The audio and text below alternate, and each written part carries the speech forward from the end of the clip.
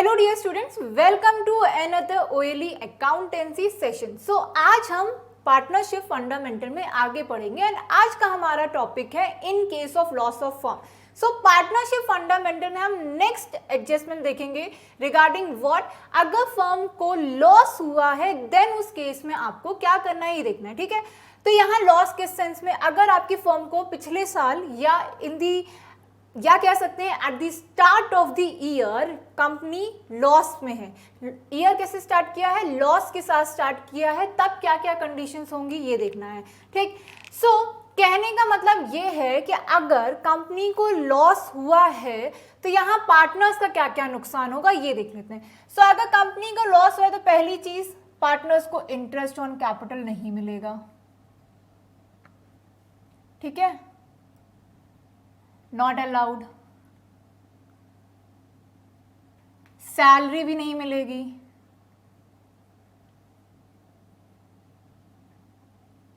ठीक। साथ ही साथ प्रॉफिट हुआ ही नहीं है फर्म को ड्यूरिंग द ईयर, तो किसी भी तरह का प्रॉफिट एप्रोप्रिएट होगा ही नहीं, मतलब दिया ही नहीं जाएगा, ठीक है। So no profit will be appropriated,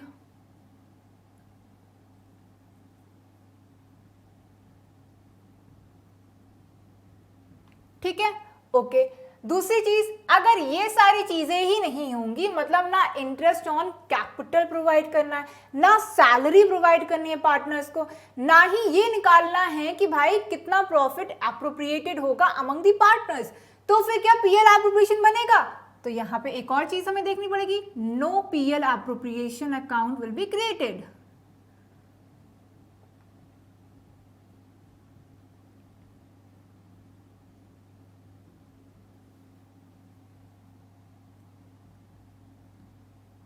ठीक।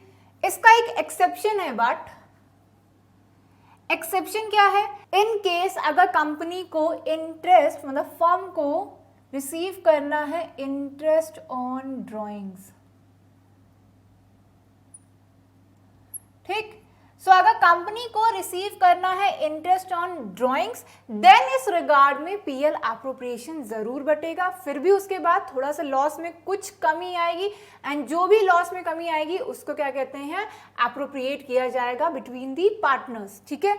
तो यहाँ पे इतना समझ लीजिए, अगर interest on drawing is receivable from the partners to the firm, अगर फर्म चार्ज कर रही है interest on drawings from the partners then उस रिगार्ड के लिए हमें पीएल एप्रोप्रिएशन बनाना पड़ेगा, क्योंकि इंटरेस्ट ऑन ड्राइंग हम कहाँ प्रेजेंट करते हैं, हम प्रेजेंट करते हैं पीएल एप्रोप्रिएशन में, वहीं तो चार्ज दिखाते हैं कि पार्टनर्स ने क्या पे किया है, इंटरेस्ट ऑन ड्राइंग्स, ठीक है, इतना समझ गए।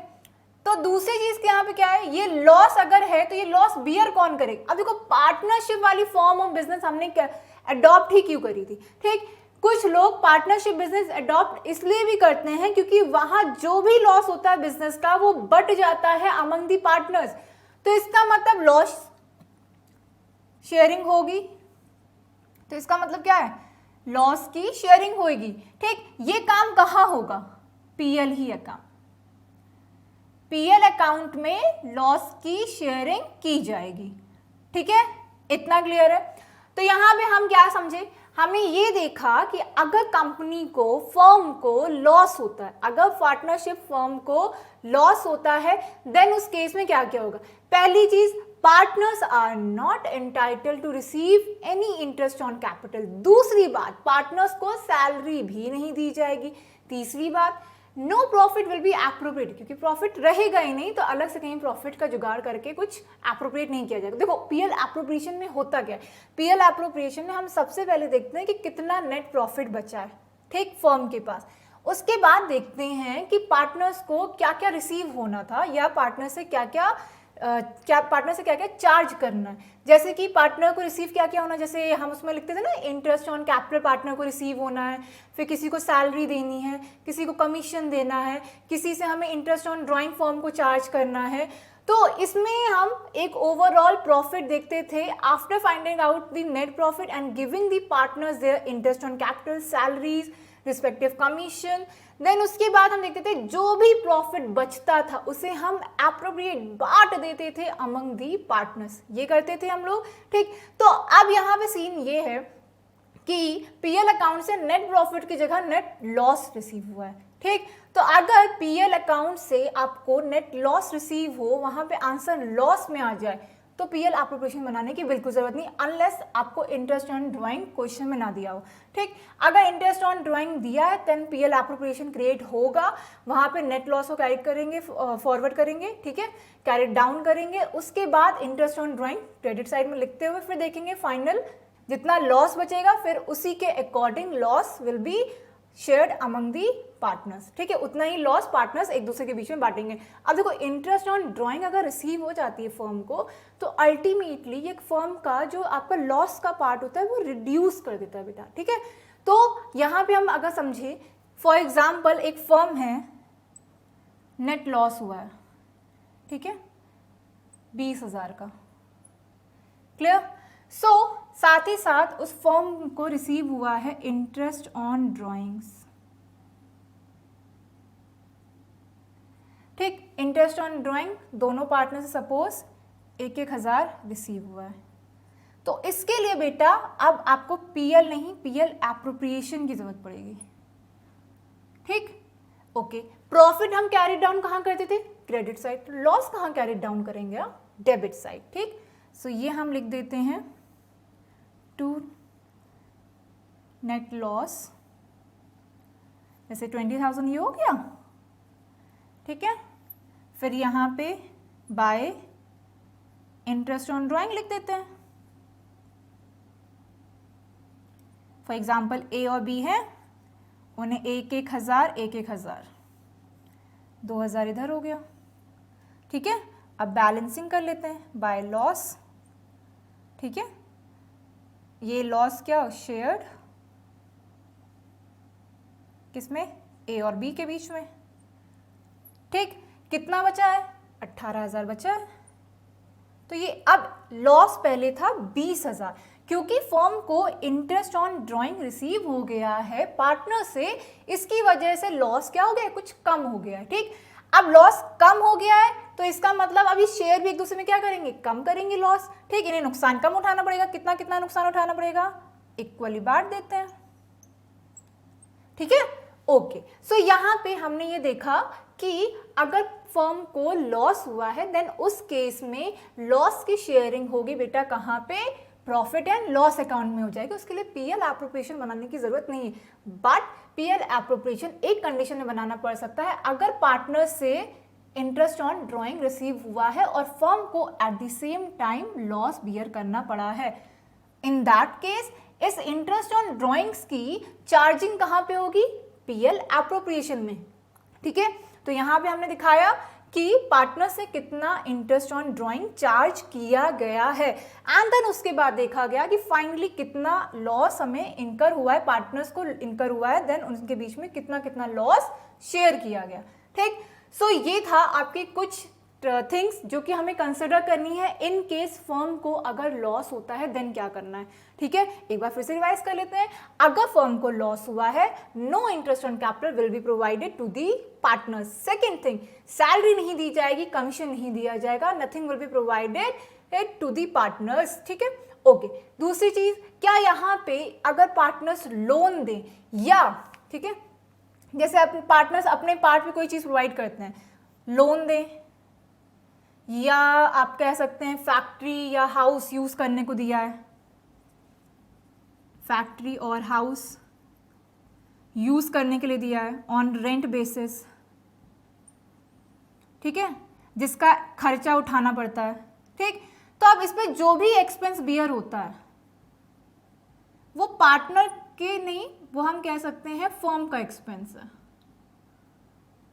ठीक, पूरी फर्म का एक्सपेंस माना जाएगा, ठीक। अब कहीं और से लोन लेने की जगह से क्या किया गया? एक पार्टनर ने कहा कि हम लोन दे रहे हैं अपनी फर्म को, ठीक है, अपने पर्सनल लेवल पे एक लोन प्रोवाइड कर दिया पार्टनर ने टू दी फर्म, ठीक। तो यहाँ पे फर्म को लोन प्रोवाइड किया है, देन उस केस में क्या होगा? इस लोन पे फर्म इंटरेस्ट पे करेगी, पर्टिकुलर पार्टनर को ही तो पे करेगी जिसने प्रोवाइड किया।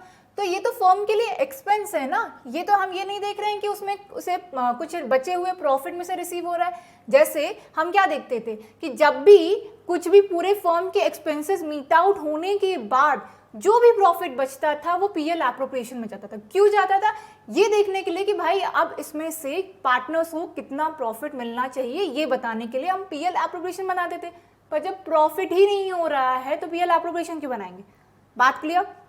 दूसरी चीज, अगर पार्टनर्स लोन प्रोवाइड करें तो ये तो फर्म के लिए एक्सपेंस है, उन्हें कोई अब फर्म से उनका कोई हिस्सा नहीं मिल रहा है कि काम कर रहे थे तो इसलिए उनको सैलरी रिसीव हो रही है, ये इस तरह का नेचर एक्सपेंस नहीं है। ठीक है, जैसे वहां पे हम देखते थे कि पार्टनर्स काम कर रहे हैं, they are receiving the salary from the firm, partnership firm, तो इसलिए पीएल एप्रोप्रिएशन वो डेबिट हो जाता था। ठीक, वो फर्म का एक्सपेंस नहीं कहलाया जाता था कि पार्टनर्स को जो जो रिसीव हो रहा था तो वो हम पीएल एप्रोप्रिएशन में दिखाते हैं। ठीक है, तो यहाँ पे फर्म का एक्सपेंस है, इस वजह से जो भी इंटरेस्ट ऑन लोन पार्टनर्स के ऊपर प्रोवाइड होगा वो हम यहाँ पे कहाँ दिखाएंगे? पीएल अकाउंट में दिखाएंगे। और अगर पार्टनर्स ने कोई फैक्ट्री, हाउस या कुछ प्रोवाइड किया है on rent basis to the firm, अब फर्म कहीं और से ले, इससे बेटर उन्होंने अपने पार्टनर्स से ले लिया है, देन उस केस में भी उस तरह का रेंट एक्सपेंस फर्म के लिए क्या है? एक एक्सपेंस है। ठीक है, तो वो भी कहाँ पे आएगा? पीएल अकाउंट में आएगा। तो जो जो चीजें पीएल अकाउंट में firm as an expense consider करती थी वो तो उसे कंसिडर करनी ही, चाहे वो पार्टनर के पार्ट पे हो या ना हो। ठीक है, दूसरी चीज, जो प्रॉफिट बच जाता था वो प्रॉफिट को बांटा जाता था among the partners in the PL appropriation account, वो चीज यहाँ पे नहीं होगी अगर फर्म को क्या हुआ है बेटा? लॉस हुआ है। Is that clear? क्या क्या चीजें प्रोवाइडेड है, क्या क्या नहीं?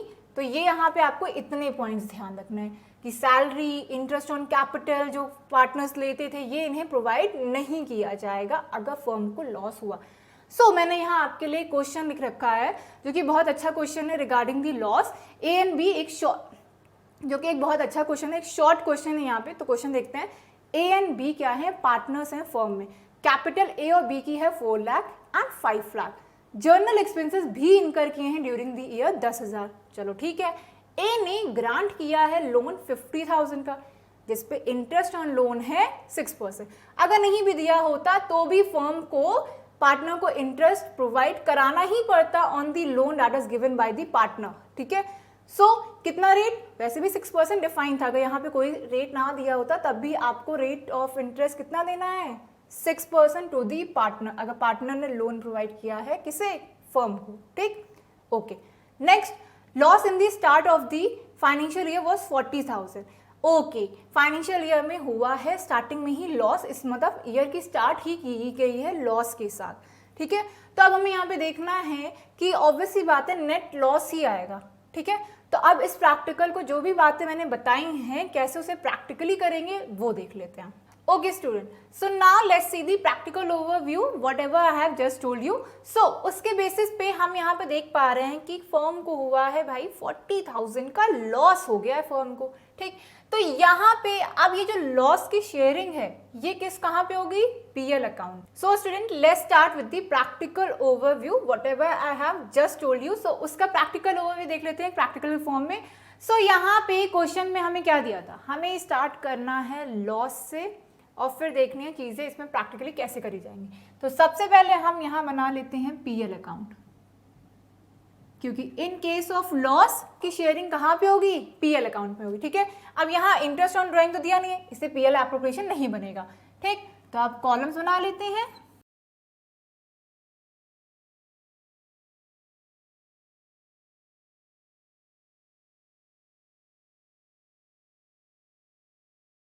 ओके, सो स्टार्ट किससे करना है? लॉस से करना है।